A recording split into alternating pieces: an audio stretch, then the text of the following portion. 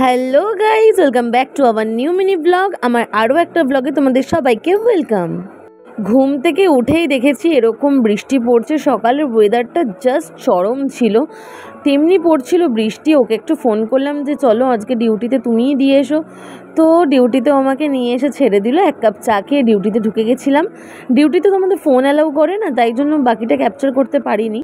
Duty থেকে যখন বেরোলাম ভীষণ রোদ্দুর ছিল, তারপরে টবিন্দ্র ঢুকতে না ঢুকতেই বৃষ্টি শুরু।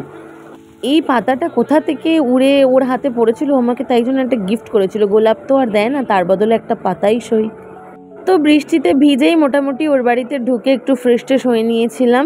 স্নান টান করেই বসে পড়েছিলাম খেতে। আমার পতিদেব আমার জন্য খুব সুন্দর করে অমলেট করেছিল। খাওয়া দাওয়া করে কাকিমা আর ও চলে গেছিলো ওর একটু মামার বাড়িতে কথা বলতে, আর আমি ততক্ষণ একটু সিরিজ দেখছিলাম। আমাকে শুধু একটা সিরিজ চালিয়ে দাও, বাকি আমি দিনটা এমনিই কাটিয়ে নিতে পারবো। তারপরেই সন্ধে হয়ে গেছিলো।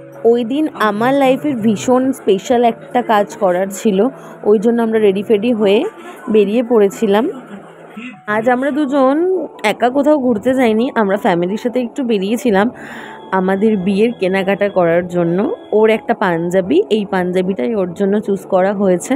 আর আমার শাড়ির ভিডিওটা ঠিক করা হয়নি। এইভাবেই দিনটা কাটিয়ে ফেললাম। ভিডিওটা ভালো লাগলে লাইক কমেন্ট শেয়ার করো। দেখা হচ্ছে নেক্সট কোনো ব্লগে। টাটা।